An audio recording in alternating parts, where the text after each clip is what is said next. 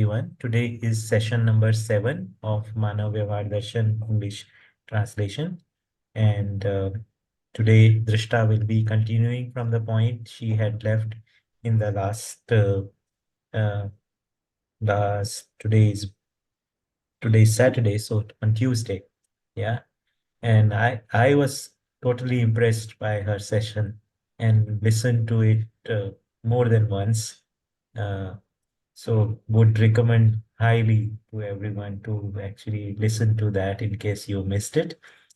I think she had covered many concepts very well, and some of the things that you will see in the uh, Samadhanatmak Bhautikvad, uh, some of those concepts have been discussed and explained over here very well. And so welcome again, all of you, and also to Drishta, and please lead us through this session. Thank you, Mama. Um, yes, so yesterday we had left off at towards the second half of the basic postulations of Madhyas Darshan. And in that section, we were discussing how um, existence is nature saturated in this entity called omnipotence, which is complete. And because nature is saturated in this omnipotence, this complete entity, therefore all of nature is directed in this direction of completeness. So, and then we had come to see how there are three types of completenesses.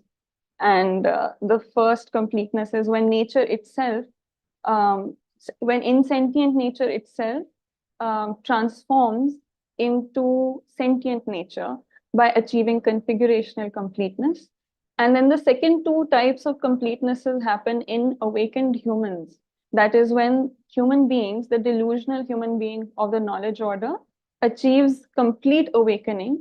That is what happens in the second two types of completenesses, which are activity completeness and conduct completeness. And so that's what this section has been about the whole direction of existence. And then we had left off at, there was this description of the basic quality of an awakened human. And that was that the basic tendency is to be helpful to those less developed than themselves. And then there was this whole sequence of what is less to more developed in existence. So the least developed nature is the material order, and the most developed nature in existence is the divine or fully awakened human being. And that is where we had left off last time. So right after that, it says, units of knowledge order have the potential of understanding. The understanding is about insentient and sentient nature saturated in omnipotence. Realization, knowledge, and understanding becomes complete only in the delusionless state. So this is talking about, again, the significance of the human being. He's saying that it is only in the knowledge order, that is when there is a human being, it is only that unit of knowledge order which has the potential for darshan. Darshan literally means holistic view. Manav Vyavhar Darshan is the holistic view of human behavior. But because having a holistic view of something also means to fully, comprehensively understand that thing. That is why we say that human beings have the potential of understanding. So that is the significance of being human, that we have this capacity, this potential to have a comprehensive, holistic view. And the holistic view, as we had discussed in the previous section, is like all the other orders of existence, they can only see other units of existence at the level of just form, or at the level of just their properties, or at the level of just their form, properties, and nature. But it is only human beings that have the capacity to be able to see whenever they see any unit of nature, whether it's a tree or a sea or a river or an animal or other human beings, they can see them in their entirety. And that entirety is their form naturally, and their properties, and their nature, as well as their dharma. And all of that together, seeing that entirety of that unit, that is a holistic seeing. And so then he said that this, so this holistic seeing, this holistic understanding happens about any unit of nature. That nature could be sentient or insentient. And all units of nature are saturated in omnipotence. And so it is, and then this capacity of this comprehensive seeing or full understanding, holistic seeing, that only happens in this delusionless state. Because delusion is basically when we are mistaking something for something that it is not. So we can say that if I am mistaking a rope, I see a rope in front of me and I mistake it to be a snake, that is a delusion of mine. Similarly, all of human beings, when they enter in when the knowledge order emerges, is in the delusional state. And that means that we are not able to see things as they are. We are misseeing. We are seeing things as different from what they really truly are, either because we are seeing them in as less than what they are, and we have the capacity to see much more, much deeper, or because we are mistaking it to be completely different from what it is supposed to be, like that rope and a snake. So delusion, it is only when we are free of delusion that we are actually realizing this capacity of human beings, of the knowledge order, to be able to see things in their holistic um, uh, completeness. And that is what is, so he says that realization knowledge and this holistic understanding is complete only in the delusionless state. Before that, we are only approximating it. So of course, as soon as we are born, we start approximating realities. We see something and we start approximating that, oh, this is something called mother. This Shevya had explained really beautifully. As soon as a child is born, he sees this person who's taking care of him or her and identifies them as mother. But they don't understand what the mother is. So slowly, as you grow older, you increase your approximation of what mother is and who she is and why she is. And gradually, ideally, you will be able to see mother, understand mother in its entirety, in what it means to be that and who she is. And that is the complete delusionless state.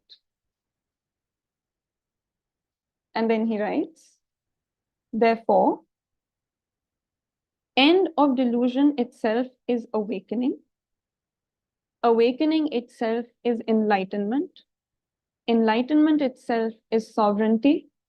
Sovereignty itself is supreme order.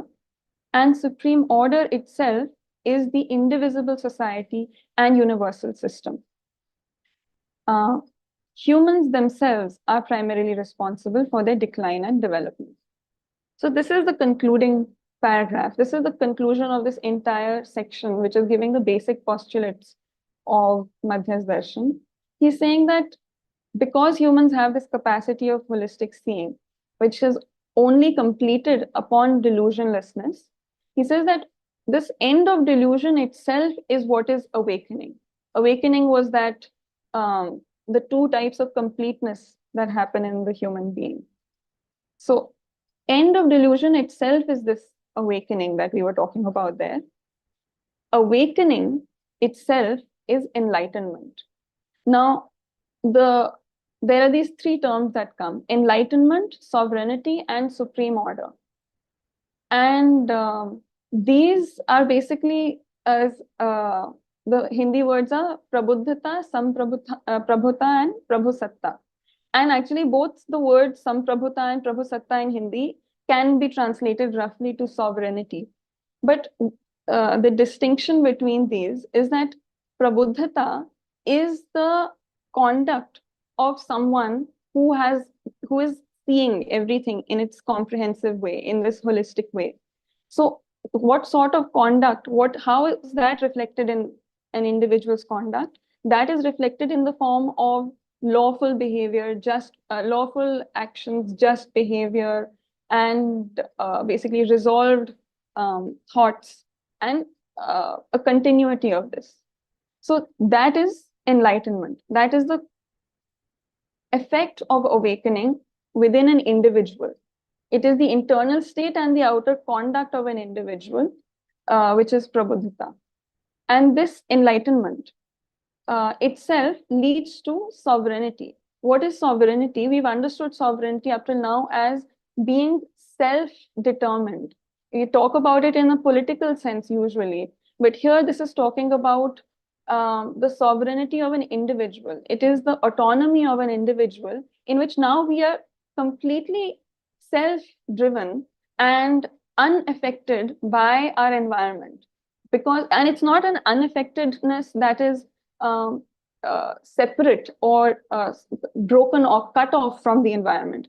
It is an unaffectedness which is basically a wholeness, completeness within oneself, which allows us to unaffectedly interact with our environment in the way that we feel is needed, rather than us getting affected by the challenges and the turbulence in our environment and getting affected by that and then reacting to that. So sovereignty is when our entire conduct and entire state of being is within our own hands and within our own control, rather than being affected by the environment.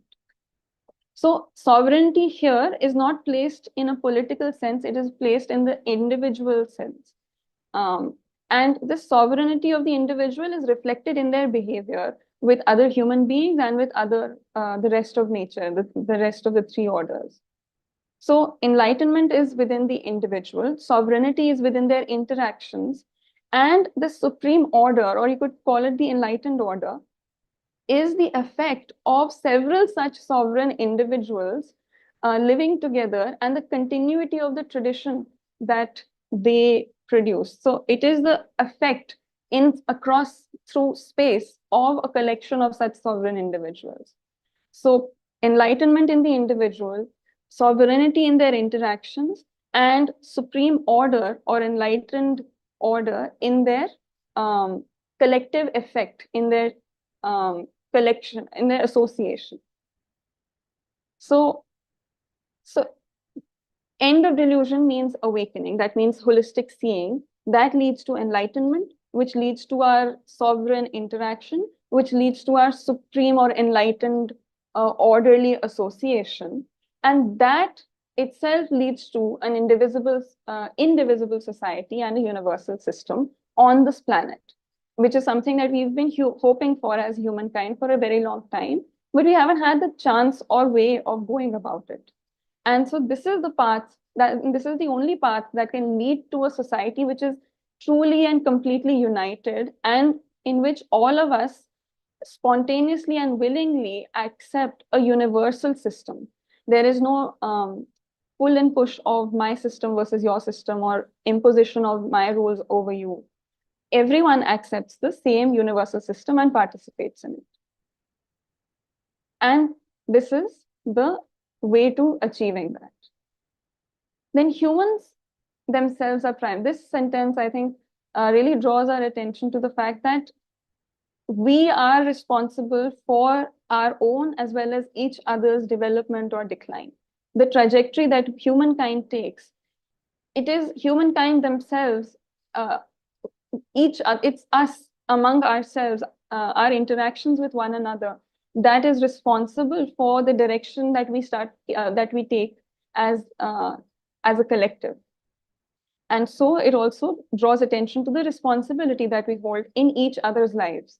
Of course, in our lives, but also in each other's and this collective that is humankind on this planet. Knowledge leads to the mind's victory. So in this way, when there is knowledge, when there is delusionlessness, when there is awakening to the completeness or the entirety of reality as it is, that is what leads to the victory of our minds, our souls, and the desires of the mind and the soul, which is happiness, peace, and contentment and bliss. So this was the conclusion of the basic postulates of Madhya's Darshan. And before moving forward, I had actually missed the a paragraph in the message when I was reading it yesterday. So I'd like to go back to it and just read it out once. That was the section in which we talked about self-evaluation and the points on which we must evaluate ourselves in order to free ourselves of impoverishment and oppression, etc. And in order to be able to self-evaluate, we must study these points.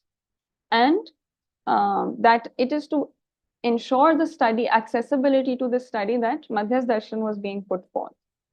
And after saying that, he had written that I have complete confidence that the study of the facts indicated here will inspire you to instill the humane perspective, attributes, and tendencies in your behavior and conduct. And it will be helpful for your development as a person. And from this, earth itself will become heaven, humans themselves will become gods, dharma will prevail, and goodness alone will arise eternally. So here he was concluding that the wish that he had started out with at the beginning, it is through the study of these facts that that wish can be realized and manifested. Because such a study will enable us to become humane, to instill the humane perspectives, the humane attributes and tendencies in ourselves, which is the only thing that is necessary for this wish coming true. Okay. Very nice. After this, we have the section titled Gratitude.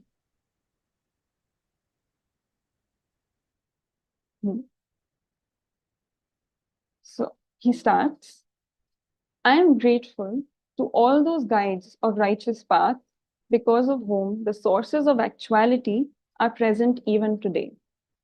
Gratitude is a fundamental value that facilitates progress towards awakening. It is the foundational and protective value of culture and civilization. So first, he is expressing his gratitude towards everyone, thanks to whom even today there are the sources of righteousness are still accessible. And he goes on to explain this in some detail in chapter 2. So I won't maybe go into that just now. But basically, first he sets off before starting this book by expressing his gratitude. And then the rest of this section is about the significance of gratitude. What is this gratitude and why is it important?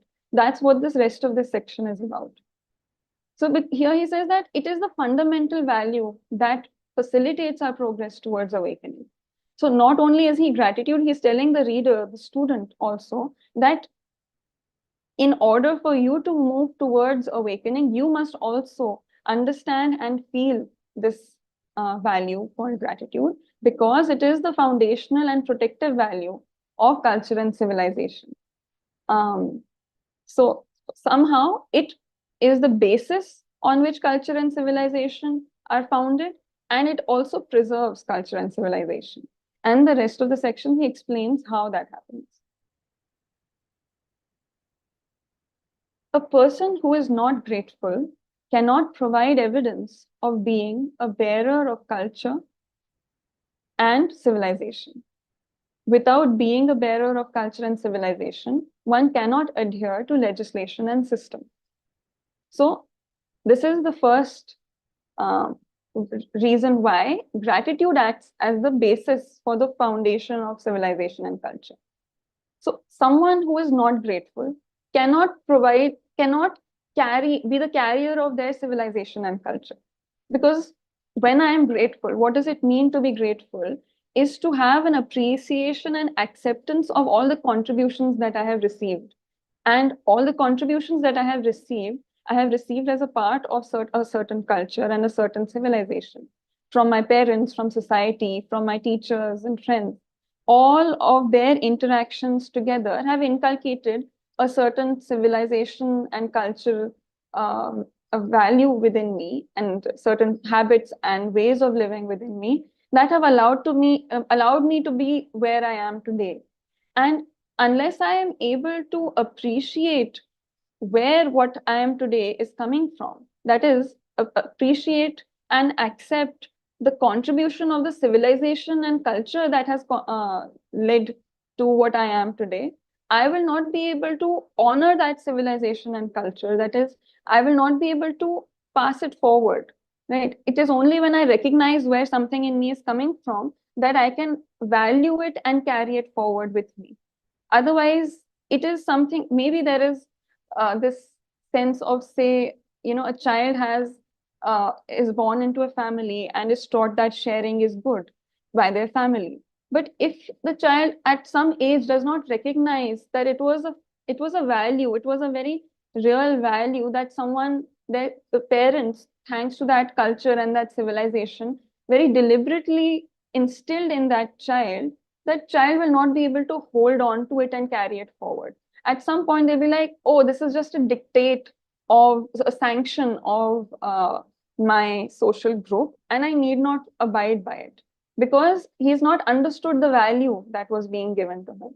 And so, the child, even though he's habituated in sharing, if they do not understand the contribution and the reason for having their culture having instilled it in them, they will not be able to carry it forward. They will question it and let it go at some point. The environment, if the environment changes and he sees that all around them, no one is sharing and there is a lot of competition and snatching in society that is prevalent rather than sharing, he'll be like, oh, that is actually maybe more valuable. That is the reality of nature. And this, all that talk of sharing maybe sounded good, but actually it's not real. It's not pragmatic in the life that we live today. And so he'll let go of it. Similarly, kindness or any such humane value that we might have received from our parents, our families, our societies, our culture, and our civilization. So, in order to be able to carry our culture and civilization forward, we need to be able to appreciate it and value it and accept it.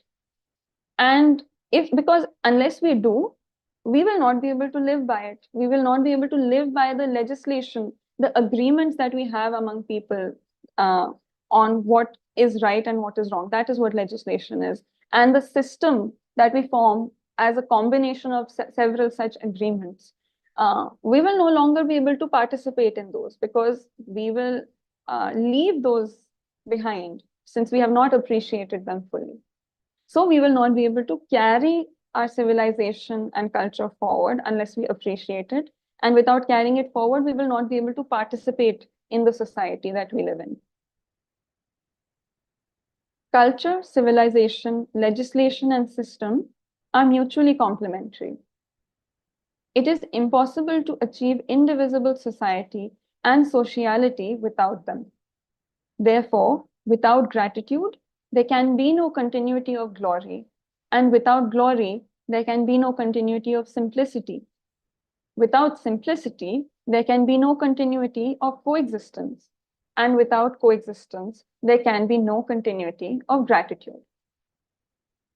So here there is a bit of um, placement of what this culture, civilization, legislation, and system are. This is a set of four that is repeated a few times throughout this uh, philosophy: culture, civilization, legislation, and system.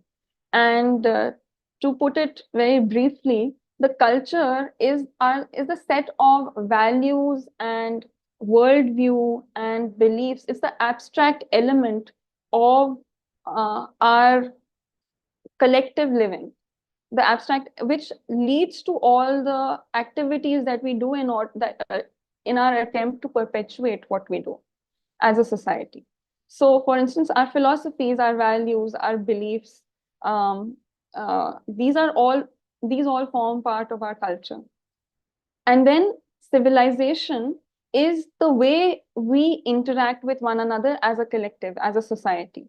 All four of these, culture, civilization, legislation, and system, are different aspects of looking at a human collective. So culture is the absolute abstract um, element that is collectively, sharedly held by the entire collective, individuals in that collective.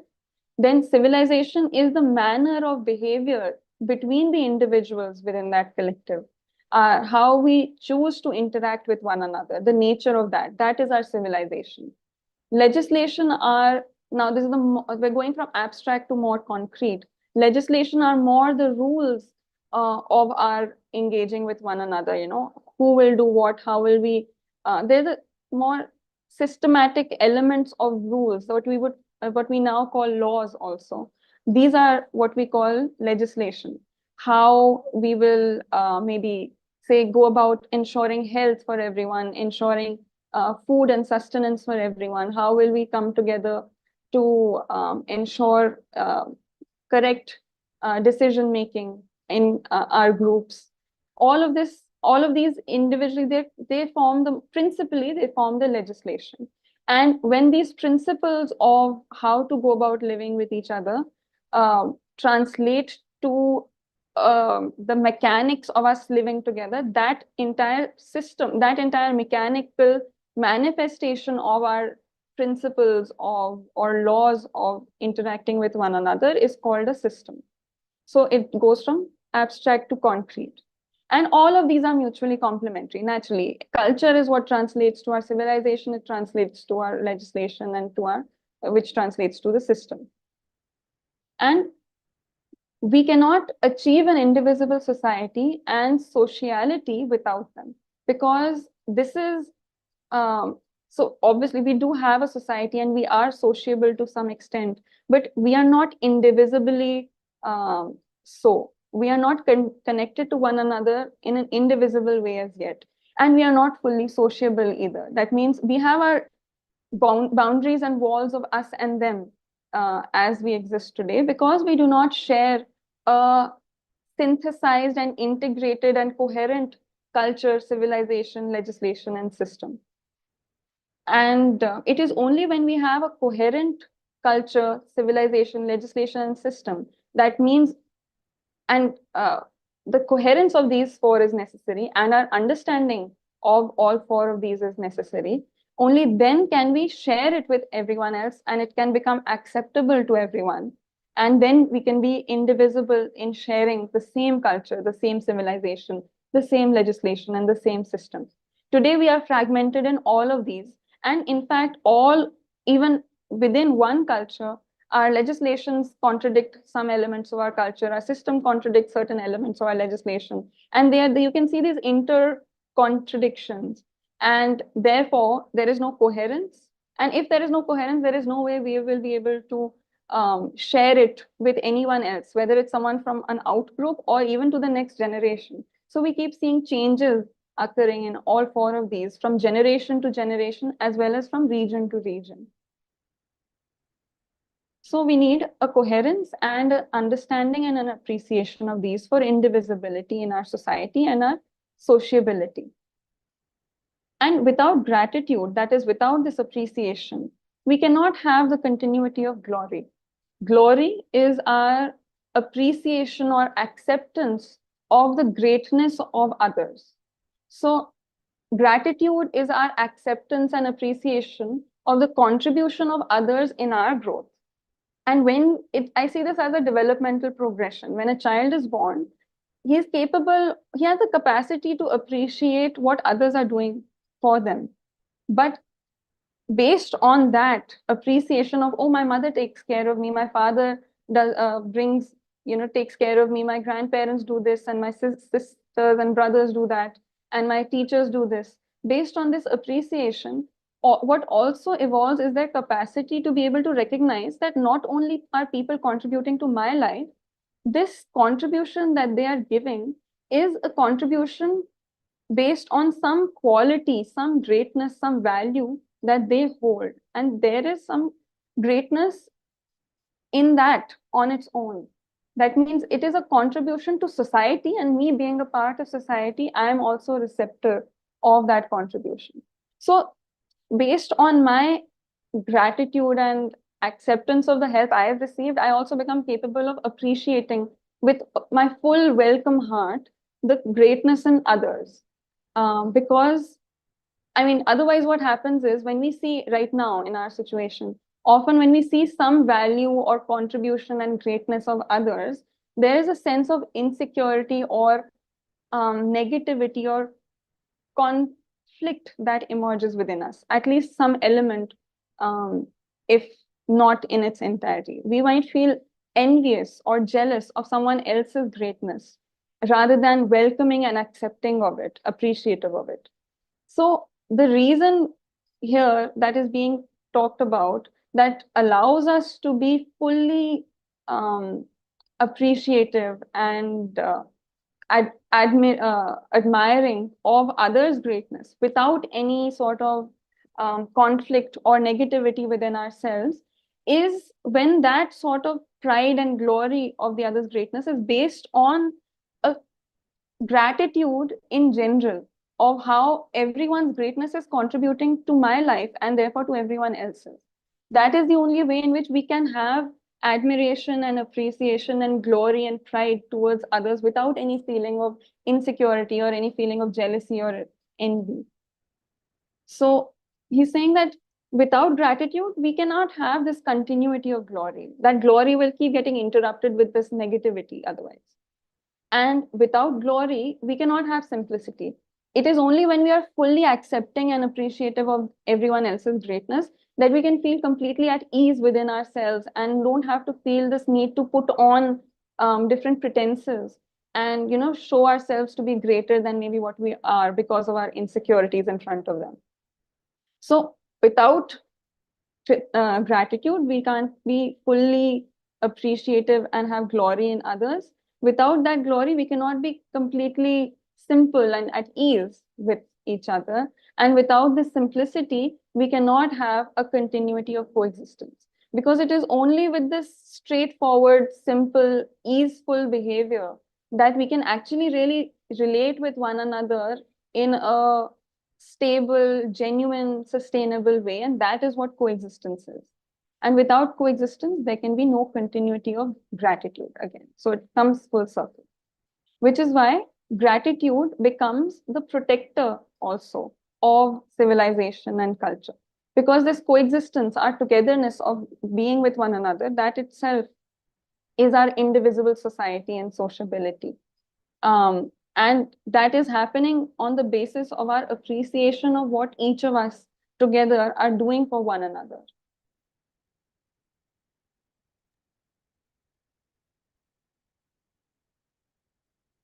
The conduct of those who bear gratitude is educative and inspiring for the next generation. This can only be accomplished within the purview of humaneness. I express my gratitude to all those who have been helpful in any way for establishing consciousness development and value education. So naturally, it is only those who are appreciative and accepting of the contributions they have received from their civilization and culture who are capable of inspiring others to be the same way. We can only give what we have ourselves. So if we feel thankful and inspired, only then can we kind of transfer this inspiration to others. That is what actually others see in us and feel like, oh, I also want to be this way. So it is only the conduct of grateful people that is capable of inspiring and therefore educating the next generation. Because education is not a matter of giving some information or formulae or structures. It is a perspective that we are sharing, that is education. And any child, all of us have been children, any child is only willing to take the perspective of someone who they feel is you know uh, someone that they want to live, to be like. And that is what taking inspiration means. So if there is a child, he wants to take inspiration from someone who themselves lives in an inspired and wholesome way, lives in a way which is coherent, lives in a way which is united, I mean, which is completely sociable. That means is completely, there is no limits of us and them in their minds, who lives with complete ease and simplicity and straightforwardness and genuineness. That is the kind of person that children want to be like and therefore want to learn from. And that is why, and that all of that is only possible uh, from someone who actually bears gratitude.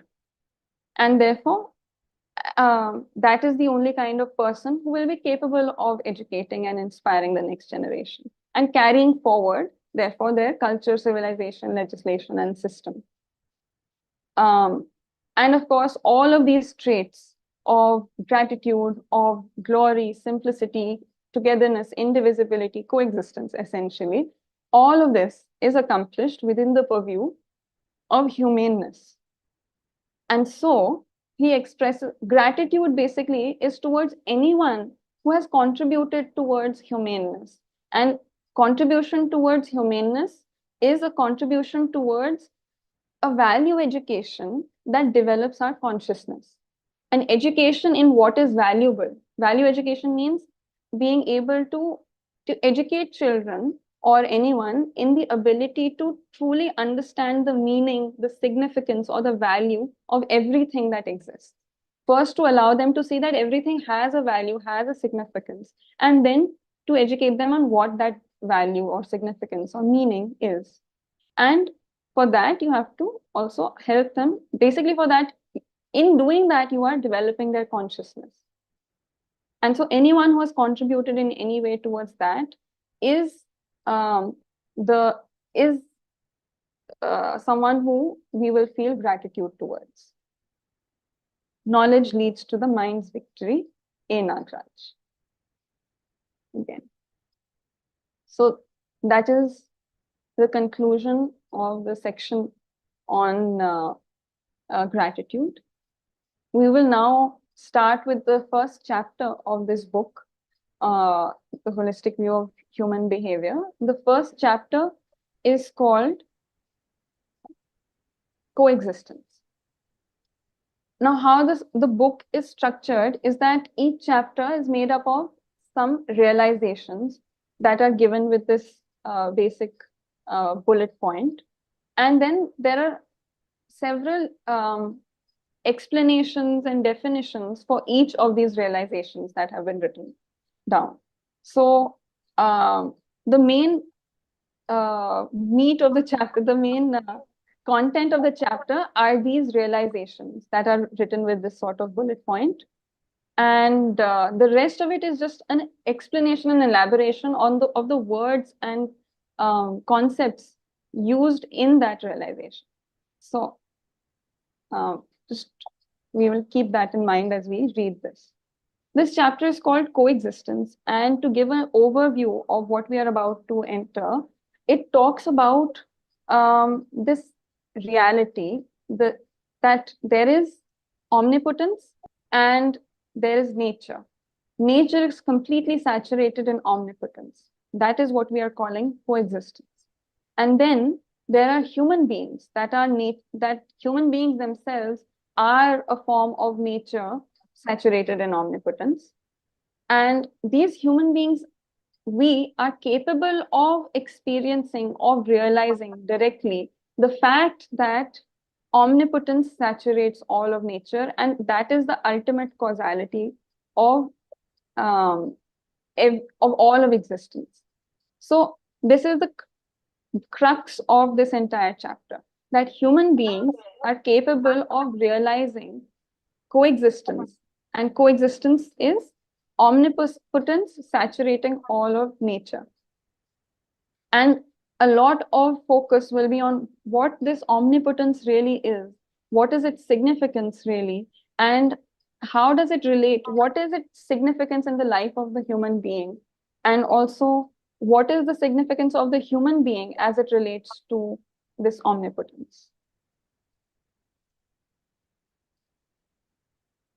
I analyze the holistic view of human behavior while remembering realization of insentient and sentient nature, saturated in the eternal truth, pure and enlightening, omnipresent omnipotence. So this is the first statement of this book, The Holistic View of Human Behavior, where he's saying, I'm writing this on the basis of a realization that I have had. I have realized something. That means I have directly experienced something in existence. And what was that realization? What was that direct experience?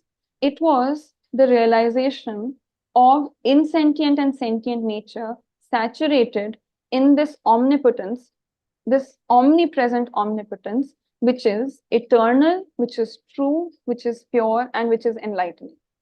And it is on that basis that I'm going to now be able to give you this holistic view of human behavior. Now, what are all these terms that were used?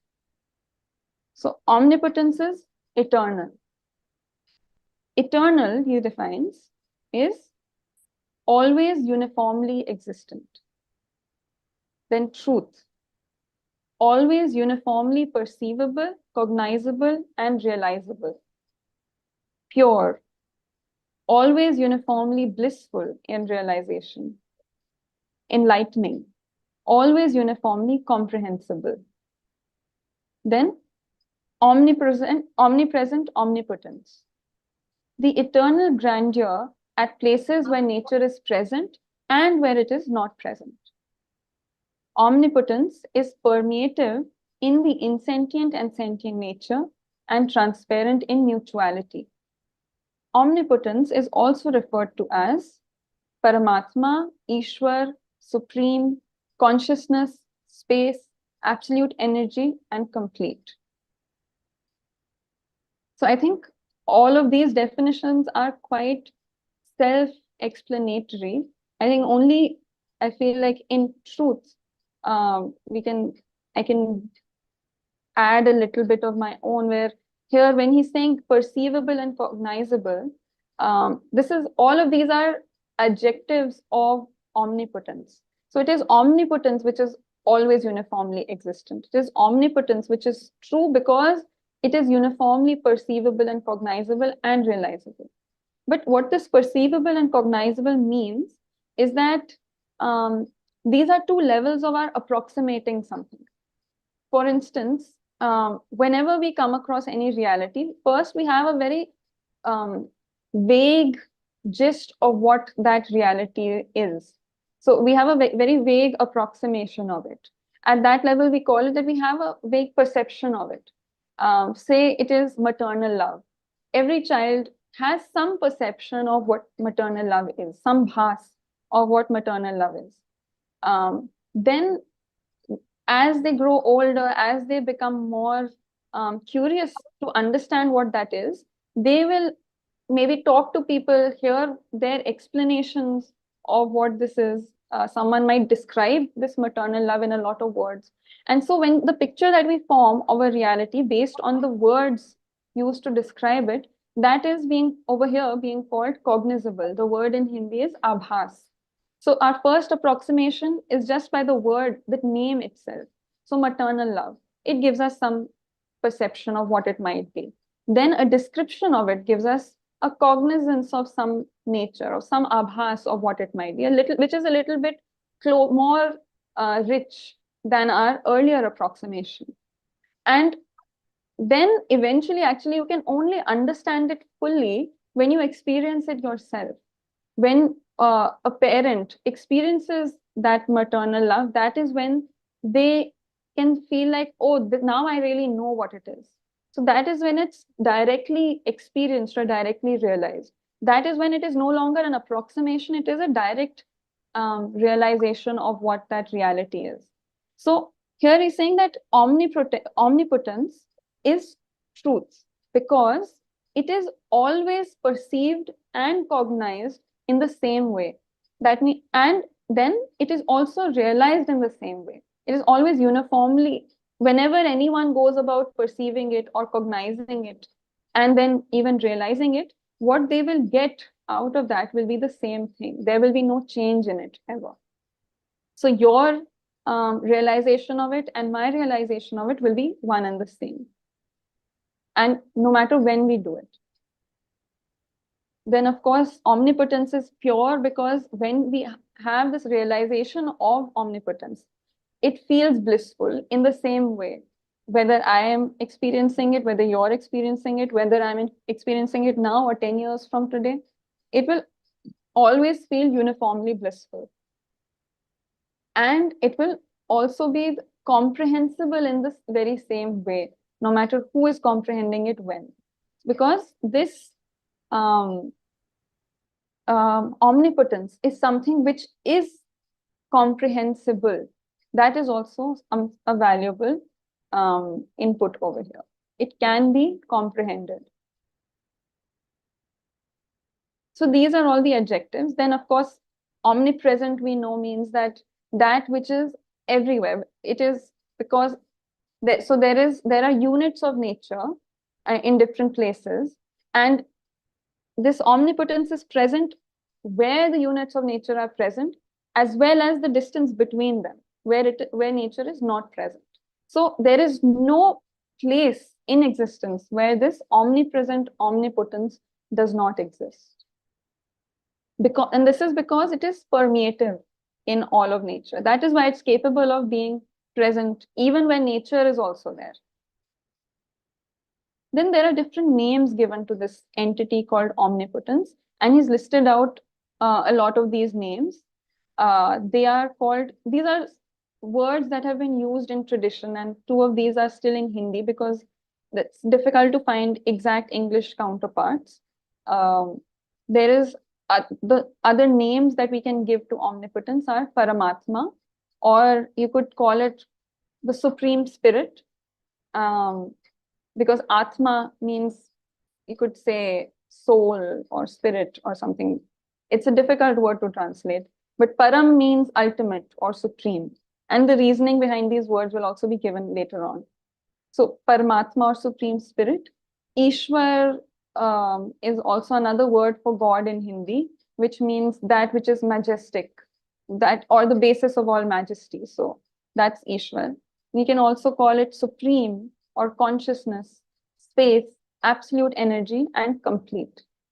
So why these names are also used for this reality called omnipotence will be explained further down in this chapter. But it's known by different names. We can give it various names. Then, what is the saturation that was talked about? This insentient and sentient nature is saturated in space. Saturated. Insentient and sentient nature is submerged, soaked, and surrounded in omnipotence. This itself is coexistence. Coexistence itself is eternal, and this itself is knowledge.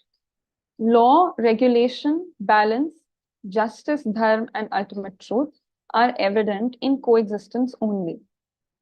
So, to be saturated in something means here what it's implying or it's indicating towards is that nature or these units that exist in that collectively we are calling nature, all these units of nature are completely immersed in this omnipotent entity. That means they cannot come out of it. When you are completely submerged or immersed in something, that means you cannot come out of it. And then they are also completely soaked. So like Baba used to give the example of a cotton which is in water. It is completely soaked in water because water is going through and through it. And then it is also surrounded in omnipotence. So similarly, nature is completely, omnipotence is going through and through all of nature. And then omnipotence also surrounds all the units of nature. And what this implies is, so say, I like this example of there's a sweet called gulab jamun in Hindi. When it is immersed in a sugar syrup, it takes on the properties of what it is immersed in. That is, it takes on the property of sweetness. And that is the significance of it being immersed in that sugar syrup. And therefore, because nature is completely immersed in this omnipotence, in this complete entity, it is inspired. It takes on those qualities and is inspired towards those qualities of its medium, of this omnipotence. Therefore, it is inspired towards completeness that we had talked about in the previous section. That because it is immersed, then it is also soaked. And because it is soaked through and through in this energy, this omnipotence is also potence. That is, it's some sort of power. Because it is soaked in this power, therefore it is energized. And then because it is surrounded in this thing, which later on he's saying it is the law and regulation. It is the ultimate law. It's a bit difficult to understand how omnipotence itself is law, but slowly as we move through these sections, it will become a little more clear how this reality itself is what is called law. Because it is surrounded in this law, therefore everything is regulated. All of nature is regulated. So that is the significance of nature being immersed, soaked, and surrounded in this entity called omnipotence. And this saturatedness of nature in omnipotence, that itself is the fundamental nature of coexistence. It is the fundamental level of coexistence. All the other coexistence that we see, the togetherness between entities of nature that we see, they are all emergent from this fundamental level of coexistence between nature and omnipotence. And so this emergent coexistence emerges in the form of law, regulation, and balance in the first three orders of nature. So in the material, plant, and the material order, biological order, and the animal order, we see this coexistence in the form of there being lawfulness, there being regulation, and there being balance. And then further emergence of coexistence in the knowledge order is seen as justice, dharma, and ultimate truth. All of these are the direct consequence or direct manifestation of the very fundamental coexistence of nature in omnipotence. Now, nature was of two kinds, insentient and sentient. That has also been defined. Insentient, the units that are active within the bounds of their length, width, and height. And sentient, the units that are active in space beyond the bounds of their length, width, and height in the subtle body form. Here, space means omnipotence. So we are all familiar with the units of insentient nature. They are essentially the insentient atoms that we human beings have studied and recognized to a large extent. And each atom is active within its boundaries. But this sentient nature, which here is being called the Jivan or the conscious atom, that is active beyond the bounds of its length, breadth, and height, because it forms this thing which is being called here the subtle body. That means the Jivan, when it has to run a body, for example, it's running an animal's body or the human body, in order to run it, it forms a sort of by its very rapid movement in the shape of that body, it governs the bodily unit. Its activity is in that shape of that subtle body. And through that shape of that subtle body, it is able to keep the body that it is running alive. And it is basically that subtle body you can understand in the sense of the example that Baba would give is like when you see the blades of a fan, or if you were to tie a burning, if you were to burn the end of a rope and then spin it really fast, even though that burning point is just one point, but when you spin it really fast, it forms a disc. What you see with your eyes is a disc because it's moving so fast. And similarly with a ring, sorry, it forms a ring.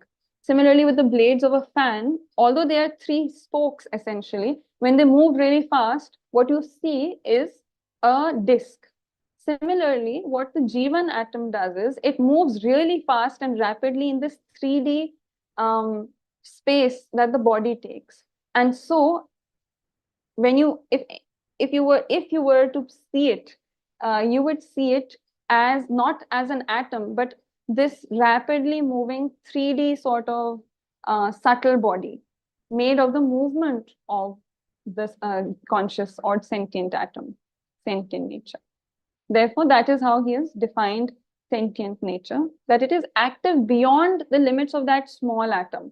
The atom is tiny, it's minuscule, but its activity is in a much greater area. Then, only awakened humans are recognizable in the perceiver status. Now, this says that um, here we were talking about actually, because some of the words here are yet to be defined from the first um, realization. Some of the words actually got shifted to below this. So sentient and insentient nature. Then there is, he has written this book called Holistic View of Human Behavior, and then he defines human behavior and holistic views. So I'll do that first. Human, the one who materializes ideas, aspires for mental well-being, and evidences it, is referred to as human. Behavior, the effort deployed in more than one human together, coming together or being together, is referred to as behavior. Holistic view, the understanding, concept, and realization obtained through perspective itself is the holistic view. Then perspective, the process of perceiving, understanding, recognizing, and evaluating realities is referred to as perspective. Okay. So human beings are those entities of nature who materializes, first they have ideas, and then they're the ones who will materialize those ideas. And they're, along with this tendency to materialize their ideas, they're also constantly aspiring for mental well-being. And then after aspiring for mental well-being, they also want to evidence it. And then they do evidence that mental well-being also. Such an entity of nature, that is what we consider a human being. So this is a pretty significant moment in history where we are able to very definitively define what a human being is. I studied anthropology, and at one point I asked my professors how they define human beings, and actually they were all very sincere and honest about it, because there are various transient words that are often given as definitions, but they were honest enough to say that really there is no real clear understanding of what it means to be human. At best, some genetic definition is given, or some cultural organism or social being. All of these sort of explanations are given, but those who study it, they sincerely do understand that we don't actually have a definitive understanding of what humans are.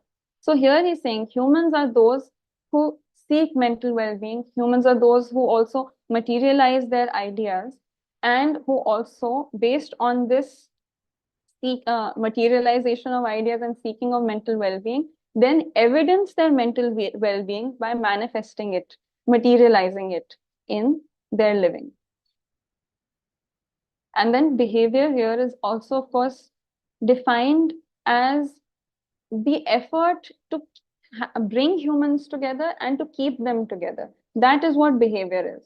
So anything else that we might be doing that we cannot consider behavior, that might have different motivations. So behavior is defined on the basis of the intent behind it. So if we are doing something to bring people together, and if we are doing something to keep people together, only all of that and all of that will be considered behavior. And holistic view is a view, basically, to see over here in this philosophy. Seeing means to understand. Therefore, viewing means to understand. And holistic viewing means holistic understanding. So understanding, conceptualization, and then ultimately the direct realization or anubhav, our direct experience, all of that together, and all of that is obtained through certain perspective. That is the holistic view. And then what is this perspective through which we see and through which we conceptualize, through which we understand? So the perspective here is that it is a process. Basically, our perspective is a process, and it is a process through which we see, that is through which we perceive, through which we understand, that is intellectually we make sense of, and through which we recognize and evaluate realities. So there are certain realities that exist, and as human beings, as sentient and conscious nature, we are always trying to see those realities, trying to make sense of them, trying to recognize them and evaluate them. And this process through which we do all of this, that is called our perspective.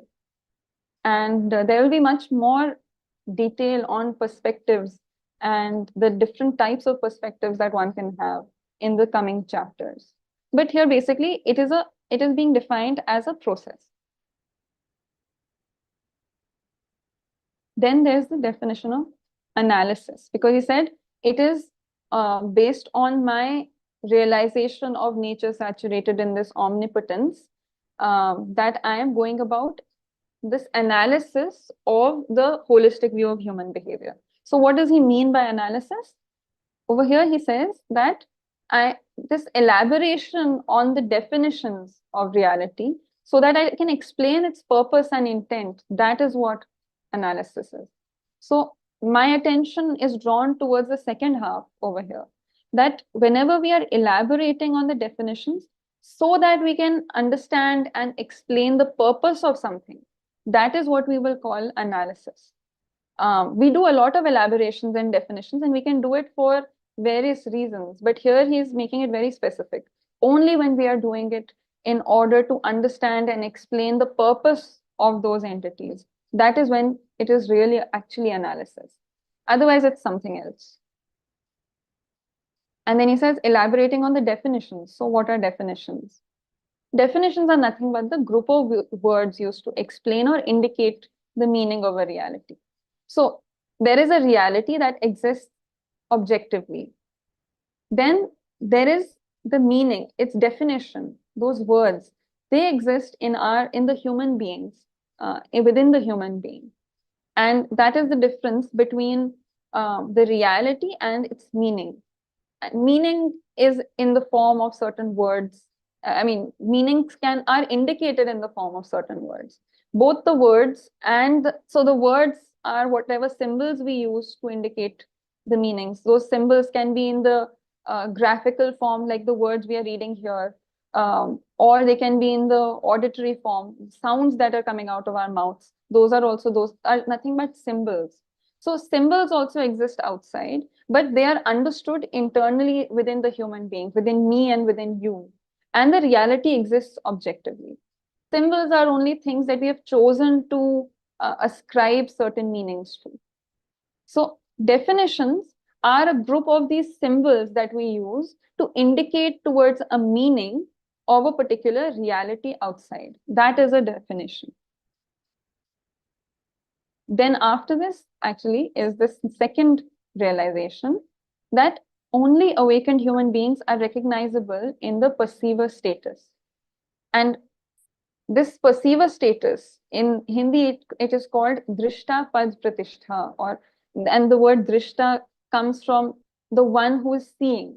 So here, perceiver means the one who is seeing. Holistic view or seeing is what is happening in the drishta, in the perceiver, in the status. So he's saying the one who is capable of complete this holistic view, that person is in the perceiver status, and such a person is only an awakened human.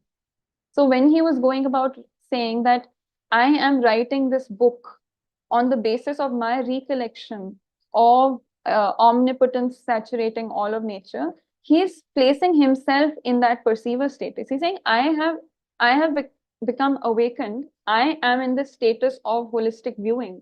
I am be able to see things as they are. And it is only such awakened humans like myself who are capable of, who can be counted as actual seers, actual real perceivers of things as they are.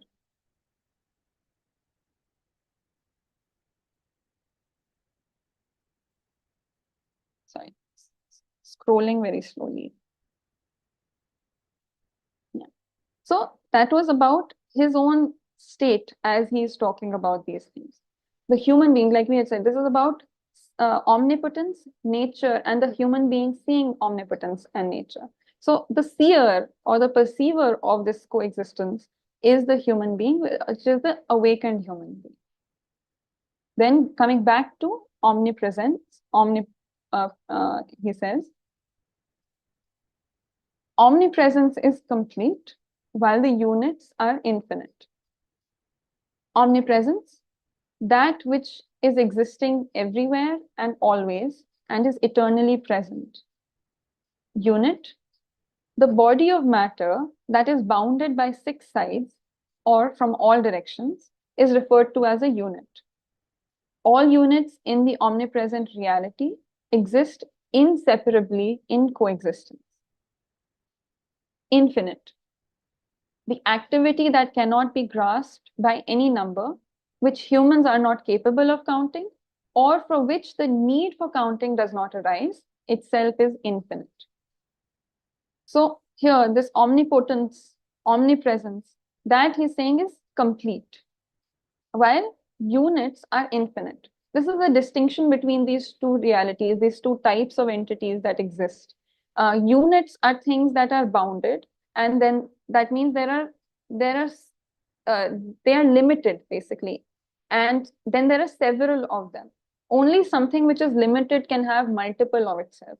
Something which has no limit, that means is completely expansive, completely limitless and boundless, will not have multiple iterations because it is whole and one, and therefore the only word you can use for it is complete. And so this is a distinction between the two. Omnipotence is complete, it is expansive and limitless, whereas units are discrete and limited. And these discrete and limited units of nature are infinite. And I really like this definition of infinite, which means that which cannot be counted, or we don't have any need to count. It could be either of the two. So there's so many, and that it cannot be counted, or humans will have no need to count it. So this is the distinction between these two realities that we are talking about in coexistence. The omnipresent omnipotence is inherent in, by, for an awakened human as law during occupation, as resolution during thinking, as bliss during realization, and as justice during behavior.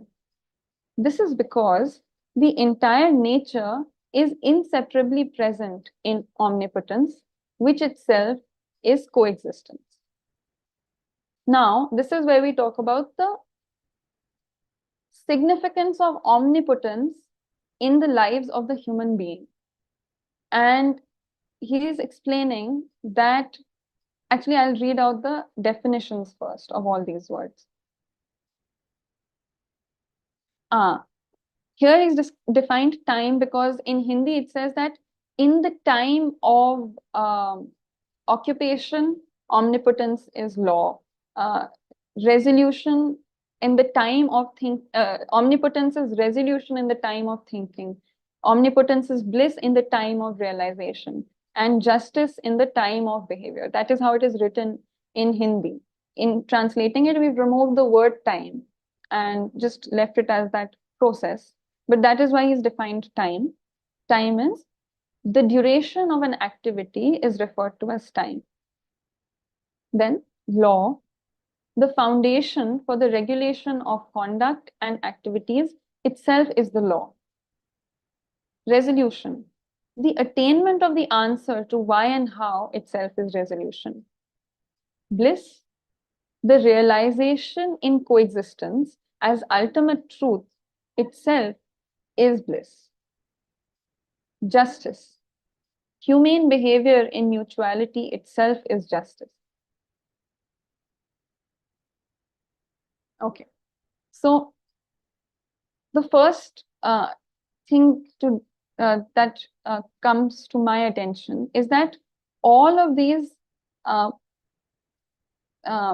words that have been drawn, different dimensions in which omnipotence is relevant to humans, that is at the time of occupation, at the time of thinking, at the time of realization, and at the time of behavior, these are all being marked out as processes. So occupation is a process, thinking is a process, realization is a process, and behavior is a process. And in each of these processes, we have access to this very same reality in different forms. That means this reality is a whole singular thing, but based on where we are and what we are doing, we receive it in different ways. So when we are working, we receive it as law. We are receiving its inspiration as law. When we are thinking, if we are actually, if we are being, if we have the potential of receiving it, then we are receiving it as resolution, the state of uh, be having all answers to whys and hows. When we are realizing, that is that ultimate state of directly experiencing reality as it is, in that process, we are experiencing it as bliss. And when we are behaving, that in that process, we are experiencing it as justice.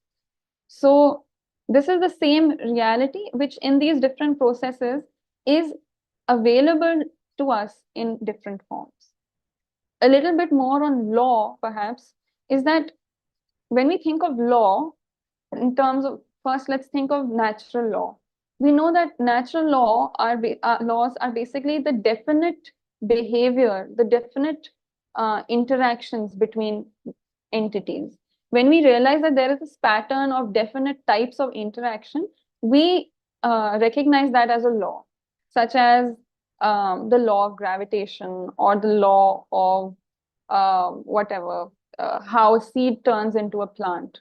All of these are lawful activities with definite behavior. So definite conduct is what we understand as law.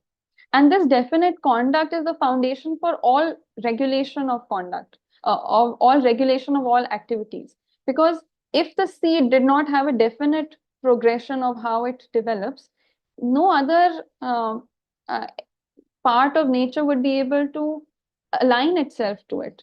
It is the cow or the animals in the forest, they are able to rely on the fact that the seeds that fall in one season will turn into plants in the next season. They're able to rely on the fact that there will be a regular cyclicity of all seasons. So there will be rain, there will be a dry weather, there will be a winter. They're able to rely on this definiteness of the behavior of all these elements of other parts of nature, and that is why they're able to regulate their own behavior accordingly. So they will maybe collect food in the spring season for the winter season that they know is bound to happen, because that is definite, that is a law. They're able to then maybe change where they're going to live, even based on the changes in climate, because and they can act accordingly based on this definiteness and this reliability of the changes in season. And that is why these systems of our ecology become regulated, because there is a definiteness in the conduct of each animal, each plant, and each element of geography. So that is what law is. And definiteness is actually a quality of being. So law is a sort of, it's a quality that there will be definiteness. It is not limited. So the seed, it cannot be the law, because the seed is a limited entity. The seed is just what it is made up of. It is made up of certain chemicals and certain materials. How can that be the law? But it does have some definite behavior. It has a definite trajectory, as does every other entity of nature. So where is that definiteness which exceeds the limits of that entity arise from? That definiteness, he is saying, is this same thing, this omnipotence. That is what is bringing definiteness to all units of nature. So this I find something which is quite interesting. And we can therefore recognize this omnipotence in the form of definiteness when we go engaging with whether the material order, the plant order, or the animal order. And that is what we do with all these three orders, is occupation and so, or work. And so that in those interactions, we receive omnipotence as law. When we are thinking, that is this internal process that is happening within ourselves, this state of complete internal clarity of why and how it's a state of clarity that we experience, that we can experience, that is also omnipotence, he is saying. Because it is not a particular thought, it is not a particular idea, it is not a particular um, feeling that resolution is. Resolution is this entirety of this state, this collective, this feeling of in its entirety of our being, that I know it all, I have it all, I am clear in any situation, I have the answers. So that is also beyond the limits of this Jivan, this conscious unit, this sentient unit of ours. And therefore, that tells us that this is also something which is not the Jivan. Resolution is not the Jivan. So if it's not the Jivan, then it is this omnipotence. We are receiving omnipotence as resolution when we are thinking. Again, this feeling of bliss that we experience on realizing the saturated nature, the nature saturated in omnipotence, that feeling uh, is also beyond us. That feeling of bliss, also he's saying, is actually us experiencing omnipotence. And the justice that we experience in our interactions with other human beings, that is also us experiencing this omnipotence um, in that interaction. So, because interactions are made up of what? They're made up of certain words, certain behaviors, certain services. Again, it'll be some action, physical action, or verbal communication, and a collection of these. So, if you were to look at it just materially, you would think that, okay, all human interaction is made up of just gestures and sounds. But actually, the justice of behavior is the harmony that we can make sense of in behavior, that we can actually experience in the behavior. It is an experience that we have of the totality of these gestures and physical interactions. So it is much more than the sum of these physical um, uh, movements and sounds that we might create. And that thing, that experience of that harmony, that itself is justice. And that, where is that coming from then? So he's saying, no, that is also us experiencing omnipotence in our interactions. So similarly, all of these is how humans have access to omnipotence.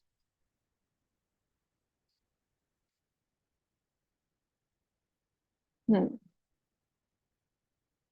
Then it is in humane behavior that we experience justice. So he's defined humane behavior as well. Intrinsic nature of fortitude, courage, generosity, kindness, grace, and compassion, the perspective of justice, dharma, and truth, and behavior with the tendency of wealth desire, progeny desire, and reputation desire is humane behavior. Now, uh, what this means is that humane behavior is a very definite reality. It is a certain kind of intrinsic nature that one develops. It is a certain particular perspective that one instills in oneself. And it is also a particular set of tendencies. So the elaboration of what this intrinsic nature, these perspectives, and these tendencies are will happen in chapter 4. So I'm not going to go into detail on what this fortitude, courage, generosity, kindness, etc. are, and what justice, dharma, and truth are, and what wealth desire, progeny desire, and reputation desire are. That we leave for chapter 4 when it arises. But what we can take away from this is that humane behavior is something very specific, definite, and there's a definite intrinsic nature, there is a definite perspective and definite tendency associated with humane behavior, which all of us can understand and recognize. Humans have always been and shall continue making efforts to study, that is to understand, recognize, and realize in, by, for existence. So this connects us to this tendency in human beings that we have always been trying to, we have this capacity to understand, we have this capacity to recognize and realize. And and because we have this capacity, we have continually been actually trying to make an effort to understand it, to understand existence, so that we may realize, we may recognize, and we may understand. And this happens in, by, and for existence. So this is also this triad that keeps repeating. Uh, we want to understand, we want to recognize and realize in existence. That means, of course, all that happens within existence, right? There is nature, and there are these four orders in nature, and within those four orders there is this human being who wishes to understand, recognize, and realize. So all of this is happening in existence. It is also happening by existence. But why? Because anything that we may want to understand or recognize or realize or study, we will be able to do that only with the help of other elements of existence. So here we had, in the previous section, he said that it is human beings who are the primary contributors to the development and decline of other human beings. So other human beings contribute to our understanding, other human beings contribute to our realizing and recognizing. And therefore, and because other human beings are also are also parts of existence, therefore our understanding and recognizing and realizing is happening by existence, with the help of existence, through existence, and also for existence. So because it is towards that purpose, we want to understand, and we want to recognize, and we want to realize, so that we can exist in a continual way, in a stable way. We want to be able to feel the stability of existence. That is why also we want to understand, we want to recognize, and we want to realize. This is what is meant by in, by, and for existence. So I feel like I should pause here. There's a little bit left, but I wouldn't want to Mm-hmm. rush through that. Yeah, so maybe what we can do is that in the next week's session, around 15-20 minutes, you could actually do that if that is the time that might be sufficient for the remaining 2 points. Yes. Drishta? Yes, I think if there are any questions, then we can take those. And if there aren't, then maybe I could do a little bit more and Yeah, do the rest. sure. Yeah, in fact, I had one question. Uh, Okay. see, first, one thing that I found a little intriguing was um, whether we would call omnipotence itself is resolution versus resolution is a manifestation of omnipotence. Whether we'll call law as the manifestation of omnipotence or law itself is omnipotence. Because at one level, Babaji also calls आचरण ही नियम है, right? Hmm. Which basically means we cannot say आचरण is omnipotence because आचरण is clearly that of the unit, right? Because it is the unit which exhibits the conduct. So, uh, so would it be more correct to say that uh, manifestation of omnipotence is all these things like justice, resolution? Because otherwise what happens is pretty much omnipotence takes over everything, right? It means that justice is that, vishwas is that, trust is that, respect Yeah. is that, gratitude is that. So we Yeah. again have Vedanta over here, right? So No, I wouldn't say it's the same as Vedant. mm, Maybe how I understand it is that when he says, because he also says, nishchit, niyam is nishchit achran. So not just achran, but nishchit achran. So that means law is definite conduct. And of course, even by virtue of saying the word conduct, the definiteness is kind of implied within it. Because if, say, even if you look at the atom, if there's a particle moving in it, if we say that it has a conduct, that means it has a definite way that it is conducting itself. If it was moving randomly, then we couldn't really call it conduct. We would call it activity or motion. But if we're calling it conduct, there is an implication of definiteness. And how I see it is that that definiteness is what is law. Uh, and definiteness is nothing but some sort of uh, participation, essentially, or some sort of not participation even. Yeah, I mean, I always have this confusion between what is purely omnipotence and what is coexistence of omnipotence and nature. So activities of nature, but definiteness of activities clearly seen to be the coexistence of nature in omnipotence. So I feel like if we see that definite conduct is the coexistence of nature in omnipotence, then that motion is of nature, but its definiteness is omnipotence. So omnipotence is the reason or the basis of the definiteness there. Similarly, with justice, it is nature which is performing the motions and the uh, sounds may be involved in justice, but or the processes, but the overall sense, the justice is basically a feeling or sense or meaning, overall meaning of that interaction, right? So that is an abstract quality. That abstract quality itself, that where is that coming from? That would have to be omnipotence that we as human beings then realize. उसकी हमें अनुभूति होती है. That's how I make sense of it. So there are both aspects involved. Yeah, sure.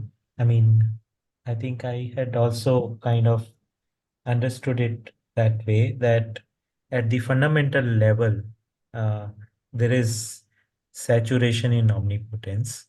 And it is not that the omnipotence becomes different things. It doesn't take many forms. Like Hmm. a form is always with units, but it basically it's the manifestation of it, right? So you cannot say that justice is Vyapak, right? You say that manifestation of Vyapak when there is a realization in human of uh, uh, in the omnipotence, it manifests in the form of justice, right? And manifest also sounds a bit off to me because essentially human beings are realizing the justice because omnipotence will not manifest. To manifest in my head means to show up in different forms.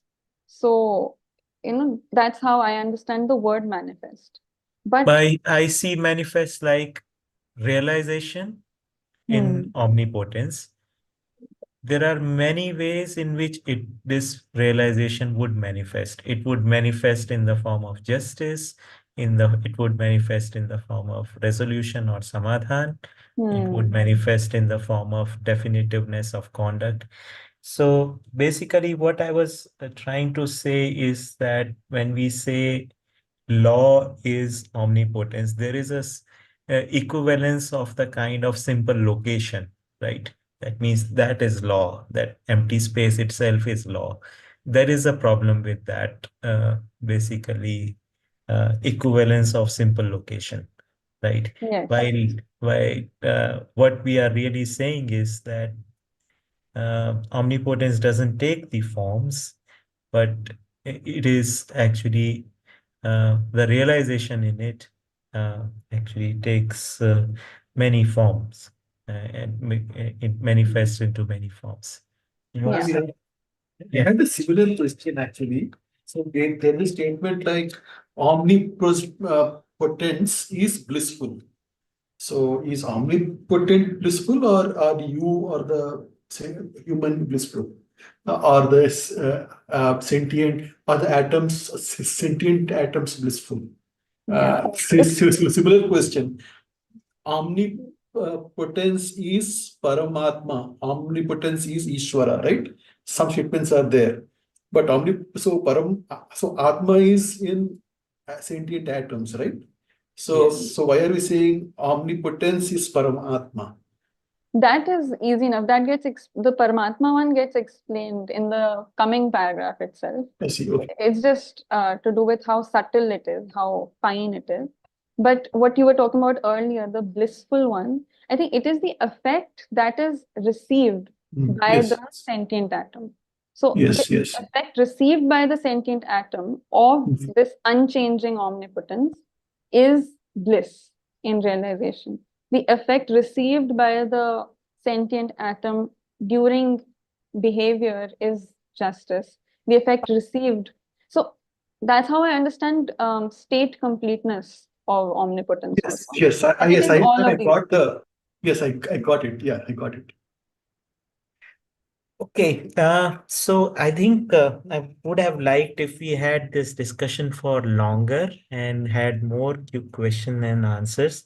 But I think the kind of format that we have made is that we will actually have it kind of restricts us with the pace that people will take. I know that once Babaji said that each one of the sutra can be a basis of a thesis itself, right? So I know that it can be elaborated to a lot, and what we will actually capture in these sessions is giving a general idea of what we are talking about, and leave it for the further thinking to trigger a thought process.